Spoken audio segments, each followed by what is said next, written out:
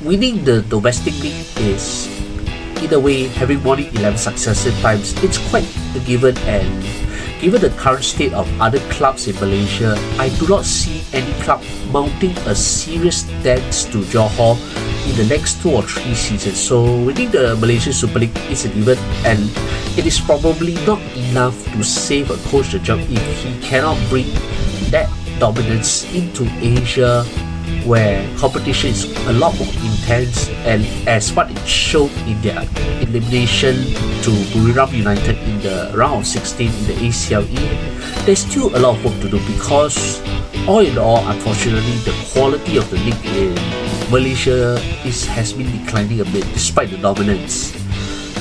In truth, I think this is not what the Southern Tigers really want to see. Congratulations to Johor Darul Takzim for winning their 3rd successive Malaysia Cup after they defeated Sri Pahang 2-1 in the final at the Bukit Jalil National Stadium tonight. Second half goals from a Bergson penalty and the match-winning masterclass from Arif Aiman helped them overcome a first half 1-goal deficit in what was admittedly a less than inspiring performance for much of the game, which was only decided by a moment of brilliance from the local starlet who recently won his 4th successive Player of the Season in the annual Malaysia Super League Awards, and the composure by Bergson to convert the penalty after having had an earlier effort ruled out because of offside, which was correctly given after a VAR virtual assistant referee review. So all in all, it wasn't the best of performances from the Malaysian League champions, but they did just about enough to overcome a very spirited, hardworking and determined Pahang side, who were determined to give Fandi Ahmad, their head coach Fandi Ahmad, his first Malaysia Cup title as a head coach, after the Singapore football legend had won this tournament 5 times as a player. But the details on how many he has won, I will talk a bit about it later on. But first, let us zoom in on how Johor actually overcame the first half jitters, disorganization, and how to put it, fatigue or tepidness, actually more tepidness, to up their game in the second half to finally get the result they needed to clinch a 3rd successive quadruple, in which they have swept all the major domestic titles and championships on offer in the Malaysian top flight in the Malaysian club football calendar this 2024-25 season. And it is clear that they did not have it easy. Pahang came into this game with a very inspired and determined tactical plan. They were determined to be robust. They were determined to give all that they could after what has been otherwise a forgettable domestic league campaign in Fandi's 3rd season in charge. And Fandi has every reason to want to win this Malaysia Cup for not just the club he had won before as a player in 1992, but also joining a rather select group of former players who have also won the tournament as the head coach. And as a player, apart from the 1992 Malaysia Cup win, he also won the Malaysia Cup, I think if I'm not wrong, 4 or 5 other times, with Singapore in 1980 and 1994, with Kuala Lumpur between 87, 88 and 89, even though as far as I remember, he did not actually feature in one final though, due to an injury. So all in all, he was very successful in this tournament as a player, and he's determined to be as successful as a coach in this tournament as well. So it's quite clear that the Tok Gajahs were up for it, were up for the occasion when they went in with a very robust start from the get-go.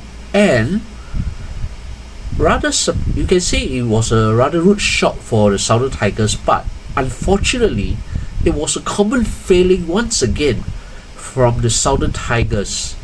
A failing that had been exposed time and again in the AFC Champions League elite campaigns this season, where they failed to clear attacking set plays, allowing opponents second chances to step the ball into the back of the net. Once again, when it really mattered the most, the Johor defense were found wanting, very wanting. They failed to clear the lines. Shihan, the Johor goalkeeper Shihan Azmi, he made the first save, but the ball fell very kindly to T. Saravana, the former national under-23 striker, who needed no second invitation to step the ball into the back of the net. It was a rude shock, but it was coming because Johor strangely looked rather turgid in their opening displays. They had a lot of the ball, but they were not being productive, and this was despite fielding a very strong starting 11, which had, with the exception of the goalkeeper Shihan Azmi, who is the starting goalkeeper because the ACLE usual goalkeeper is not registered in the Malaysian domestic competitions. Then you have Eddie Safrilov, you also have Park Jun Hyung, and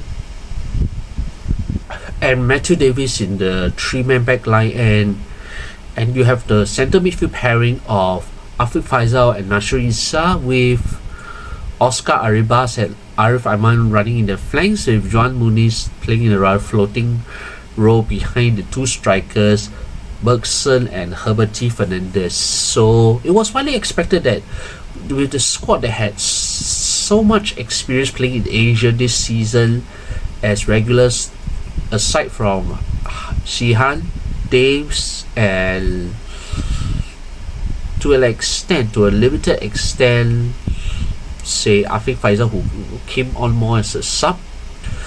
The rest were regulars in the ACL, even Bergson, who established himself as a starting striker in the latter stages in the league phase and also in the round of 16 against Buriram United. So Johor fielded, you can say, immense firepower, hoping to produce another steamroller final like what they did in the 6-1 thrashing of Selangor in the Malaysia FA Cup final earlier this season.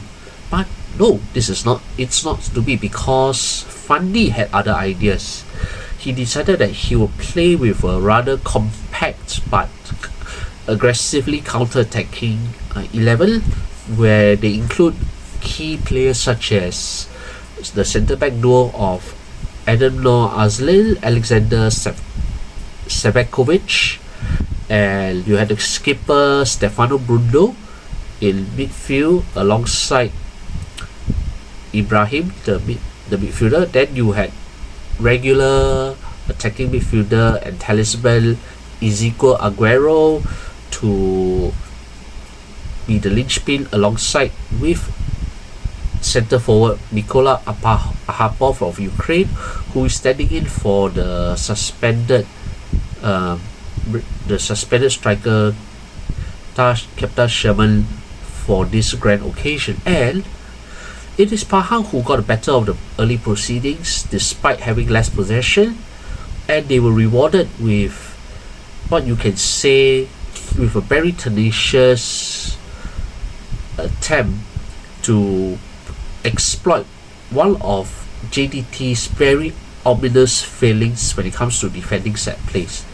And once again, for all their experience, for all their know-how, for all the lessons that they were supposed to gain in the Asian stage, but maybe the long break between their last league game and the final had made them a little rusty, and maybe with several players half their minds towards the off season. It was T. Saravanan who pounced on that loose ball to beat Shihan Azmi at the second time of asking after he saved from a free kick. And for the rest of the game, it's like Johor thought they had the equalizer, but you can tell that that turgid, that incoherent display was there. It's like Johor had the ball, but they weren't able to do much in their final third because they were rather incoherent in making the decisive move, the decisive cross, even though Bergson had the ball at the back of the nets in the 19th minute, but it was ruled out correctly for offside. So frustration began to grow. Johor still had the ball, but Pahang held firm, and even when Ezekiel Aguero was sent off for a second yellow, following the first yellow was for dissent in the 32nd minute, the second yellow was for a rash challenge. So despite being reduced to 10 men, Pahang held on to their one goal lead and they deservedly went into the break ahead. So what do we make of Johor at this moment? It is evidently clear that until they changed their fortunes in the second half, they were almost headed towards a repeat of the 2021 final where they flopped horribly in their shocking 0-2 defeat to Kuala Lumpur at the same ground in that final. And Hector Bidoglio did not have the best of ideas on what to do on what is needed to get the team to gel together again. It took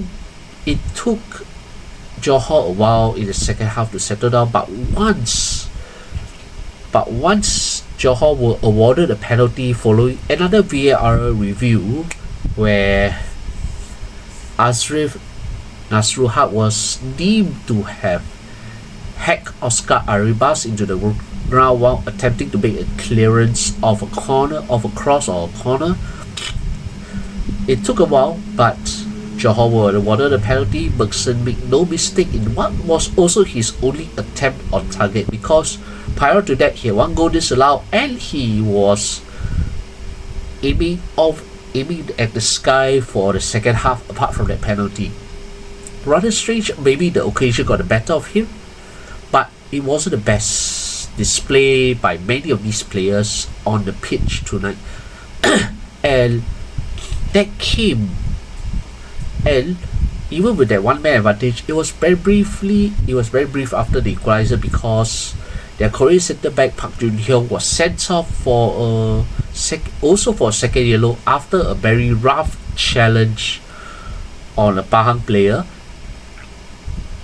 It was a pity, but it was a correct decision in what could have gone either way. And those robust, uncharacteristic tackles that Johor were putting in hacking down the Pahang players was more down to the occasion getting the better of them and the nerves rather than not using the best of the ability. And Bidoglio may not have the best answers either. That was the rather unfortunate part.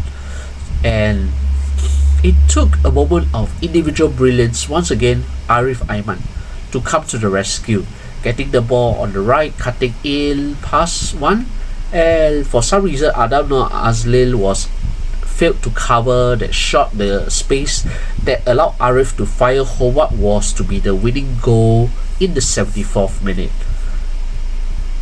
And that one moment of inspired play by the Malaysian international, the play of the season, it put a lot of those import players at Johor Darul Takzim to shame, because after following the goal, it appeared that all the imports, all the foreign expertise that they can find, and they were all quite content to pass the ball for Arif to keep shooting. It's like the local ball really carried the whole team on his back, including the import players, which is rather unhealthy, because as we have seen time and again in the domestic Malaysian League, Cup, and even in Asia this season, Arif Aiman was the savior, Arif Aiman was the hero, Arif Aiman was the deciding factor between victory and defeat, 3 points and 1 point, or all or nothing when it really mattered, when it came to the crunch. And it does raise a few questions despite the victory. It's like, if Arif Aiman should decide to go abroad one day, whether it's to Japan or even in other leagues overseas, to show that he's not just merely a big fish in a small pond, then where would Johor be? Would they be as mentally strong or as mentally resilient as they would have without that moment of, without a player who is capable of changing the game on his own at the critical moments? And in Johor, it's quite rare, for all their wealth, for all the amassing of local talent, foreign players over the decade. Arif Aiman is one of the rare game changers that Johor ever has had in Johor Darul Takzim's history, ever since the region of Johor, who was then the Tunku Mahkota of Johor, took over the club in 2013. So it's very rare that Johor had such a game changer who is able to save them and keep their unbeaten domestic season running for a third campaign in a row, which is no mean feat. It eclipses Keda's double treble in the 2000s, in 2006, 05, 06 and 06, 07 campaigns. It also eclipses the various doubles that Johor, FA, Pahang, Kedah, and later Singapore achieved in the early 1990s. To have this feat, to achieve this particular grand, outstanding display of staying formidably unbeaten in Malaysia is no mean feat, and it does take something. But for all the superiority, cracks were evident in this final. Hector Bidogilo, if not for the brilliance of Arif Aiman, it could have gone Pahang's way. It really could have gone Pahang's way. Yes, missing a man or not, even having 10 versus 10 for more than half an hour in the second half, it could, without Arif Aiman, it could have gone on to extra time. Pahang may have even taken a winning goal in normal time and whatever, because let's be frank, this is not the best defensive performance, this is not an outstanding midfield performance, and nerves really got the better of Bergson despite his penalty goal. Herberty was rather quiet, and Romel Morales missed 2 grand chances after coming on as a substitute in the second half. It was like a very muted performance by their usual standards, and that is rather discomforting, because when I was watching the first half, I was like thinking, do Johor really need a game-changing coach the way they do have in a game-changing player in Arif Aiman? Because what is clear is the coaches, they may have Argentine expertise, La Liga expertise, or World Cup winning expertise, whatever you name it, in all their series and their achievements, but for some reason Johor has not been able to get a coach ever since Mario Gomez in 2015, who is able to lead the team across the finishing line when it really mattered, when performances were not going to be at the usual level because of the nerves and the occasion associated with any grand final, cup grand final, or any occasion as big as this. Is the tactical onus of the coach to motivate, to lead the team, to push them over to the finishing line. Hector Bidogil did that, but it was rather unconvincing, and it is also pretty evident that it is unlikely that he will be retained as the head coach of the Southern Tigers for the next 25-26 season in the Malaysian Super League and also in the AFC Champions League Elite. So So what Johor needs now, probably, Shihan Hazmi has unfortunately not been as convincing between the polls when it comes ever since he joined Johor. He's good, but he wasn't at the level that probably would be needed to provide an additional layer of security behind the back four or back three or back five, whatever the coach wants to put it. And in Andoni Zubiaye, who was the starting goalkeeper in all the ACLE matches this season, he had provided that safer pair of hands, relatively safer than Shihan. So it is pretty clear that they probably need Zubiaye to actually be registered in the league to be the top number one goalkeeper if Johor is to go beyond your Kampong Raja dominance in the Malaysian domestic club scene, and to push further beyond the round of 16 where they have now been stuck at twice this season and previously in 2022. They would need a coach who is able to get a bit more out of these players and to push them over to the next barrier, because round 16 remains that barrier in Asia, in the highest level of Asian club competition. They need a coach who can push them higher. Winning the domestic league is, in a way, having won it 11 successive times. It's quite a given, and given the current state of other clubs in Malaysia, I do not see any club mounting a serious dance to Johor in the next 2 or 3 seasons. So winning the Malaysian Super League is a given, and it is probably not enough to save a coach the job if he cannot bring that dominance into Asia, where competition is a lot more intense, and as what it showed in their elimination to Buriram United in the round of 16 in the ACLE. There's still a lot of work to do, because all in all, unfortunately, the quality of the league in Malaysia has been declining a bit despite the dominance. In truth, I think this is not what the Southern Tigers really want to see. They want a more credible challenger to push themselves domestically, because when you have challengers who are able to push the reigning champions in the domestic game, it also pushes them to a good level where they can show themselves at the same high competitive level when it's needed in the ACLE. And so they will need a new goalkeeper, a new head coach who can push it over the line. A few players are also roughly getting on the wrong side of 30, and you can't always have Nasho Isa always controlling the midfield, marshalling the midfield forever, although it was rather brave for Pidoglio to take out Nasho for Ike Barena and providing a mini rejig in the centre midfield that allowed Johor to play a relatively more fluid game up front in the second half. The pressure that paid off, but Pahang should not be ashamed, because despite the defeat, they really played with all their heart out. Fandi will have been very proud of the Tok Gajahs who gave their all on the pitch, leaving with nothing. I mean, although the fitness level was evident when they were beginning to tire in the latter stage, in the late last 10 minutes of the game, already at the peak, while Johor was still looking fresh.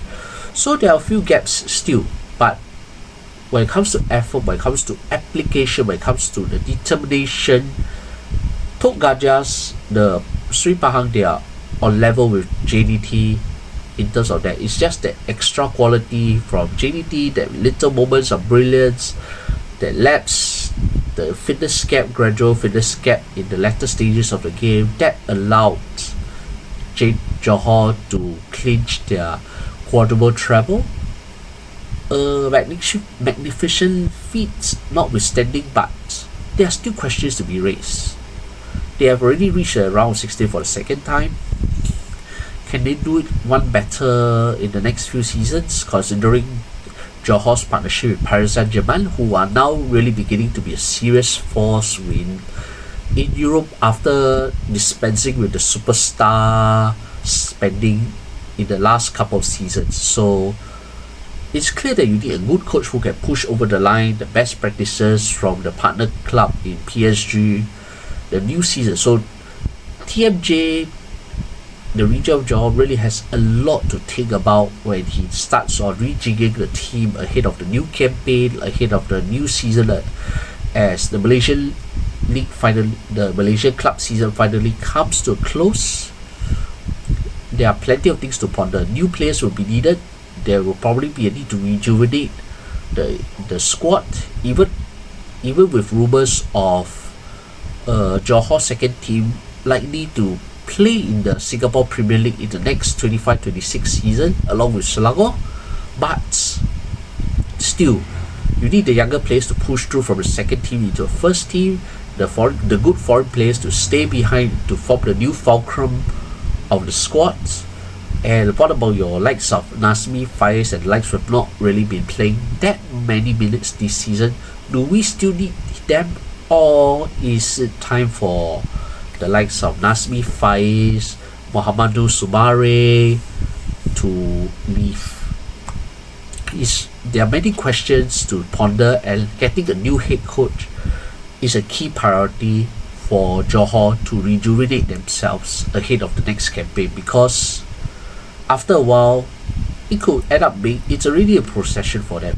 They are probably getting a bit bored, but they will need to rejuvenate themselves, to perk themselves up, to motivate themselves to keep the same standards that have been there for the last 3 seasons, that has delivered 2 knockout appearances in Asia, a complete sweep of all the domestic titles. Could a 4th clean sweep of the domestic titles be possible? Maybe not with the current squad, but they do need to look beyond Malaysia. They do need to figure out what they do really need to push to the quarterfinals for 25-26 and go to Saudi Arabia for the centralized knockout the final rounds phase. And with that, Tanya do wish all the players in the Malaysian Super League a well-deserved off-season, and I hope when the 25-26 domestic season resumes in what I think is probably in August, I hope all the remaining teams in the Malaysian Super League, including potential newcomers, Duri Pengakhiran, Muna Mahkota of Brunei, who are moving over to Malaysia after an absence of 17-18 years, and are currently in the final stages of their last league campaign in Singapore, in the Singapore Premier League. So when they come back for pre-season and the plans for the new campaign ahead, whether it's in the Super League, in the ASEAN Club Championship, or in Asia, in the ACLE for Johor and ACL2 once again for Selangor, I do hope for improved performance, particularly in having better standards without and fewer salary issues, better quality, better players, or a more coherent club structure that makes a club better, have a higher brand visibility, and also to be more credible in Asia without Johor having to shoulder too much burden on the entire Malaysian league system. So with that, once again, congratulations to the Southern Tigers. Well done for another great productive season ahead, and commiserations to Fandi Ahmad and Sri Pahang. They have at least shown that they can still compete when they need, and I think it will give the Singapore football legend a great heart as he prepares for possibly a 4th season with the Tok Gajahs. So with that, Tanya thanks all the players, officials and clubs involved in the Malaysian Super League season. Whether it's in Malaysia or Asia, they have done what they could, and I do wish all of them a good, restful off-season ahead of the new campaign in a few months' time. With that, signing off.